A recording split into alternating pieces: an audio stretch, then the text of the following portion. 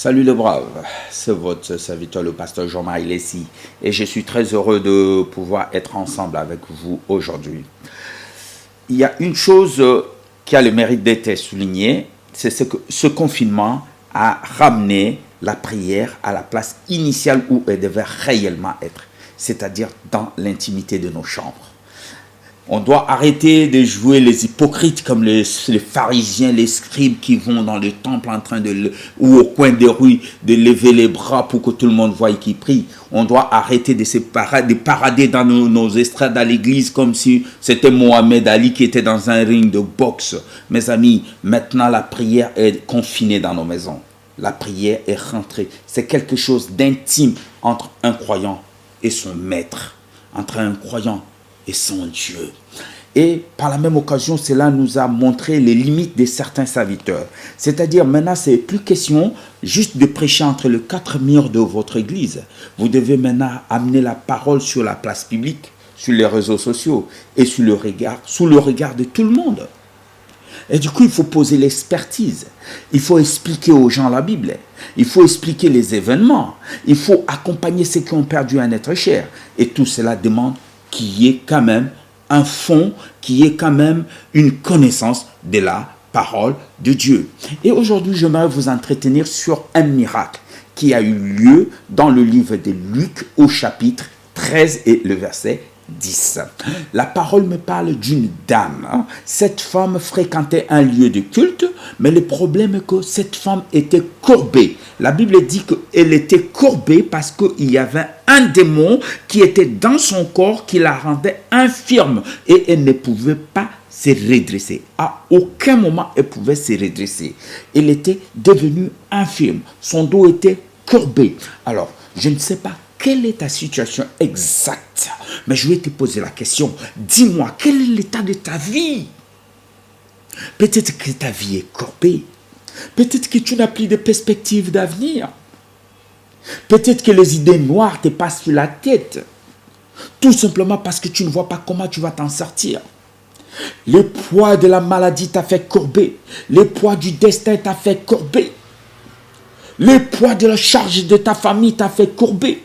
Mon ami, le temps est arrivé. Le maître est entré dans la synagogue pour te dire: venez à moi, vous tous qui êtes chargés et fatigués, et je vous donnerai du repos.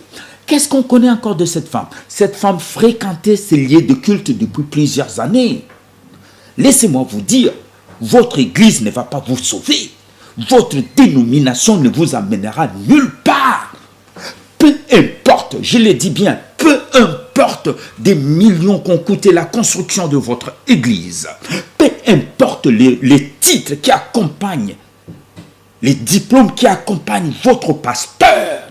Peu importe les caméras et les micros que vous utilisez dans votre église.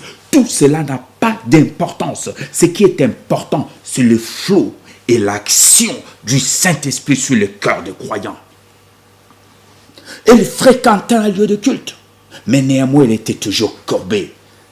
Regarde ta vie. Ça fait combien de temps tu vas à l'église? Tu fréquentes ta communauté, mais ta vie n'a pas changé. Il est temps que les choses changent dans ta vie. Ce n'est plus question de dénomination ce soir ou aujourd'hui. C'est question de la parole de Dieu et que tu rencontres Dieu face à face afin que ton âme soit sauvée. Et la troisième des choses qu'on sait de cette femme, vous savez c'est quoi? Jésus l'a dit, cette femme est fille d'Abraham. Fille d'Abraham.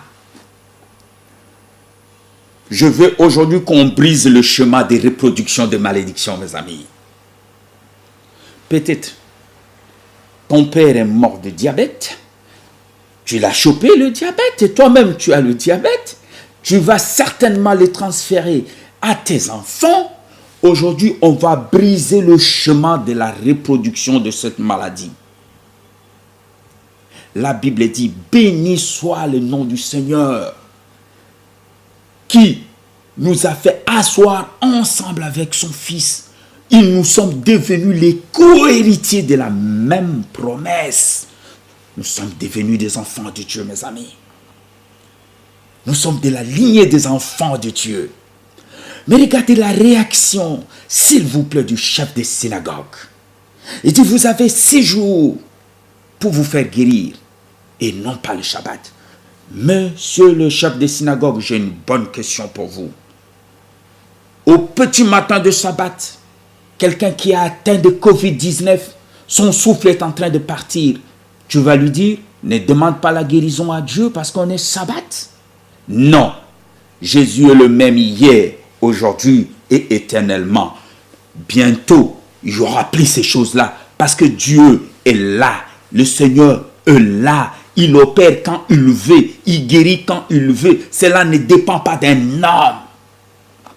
Dieu, il est souverain. Et la Bible nous dit, conclut ce message en disant, le peuple jubilait avec la personne qui a été guérie.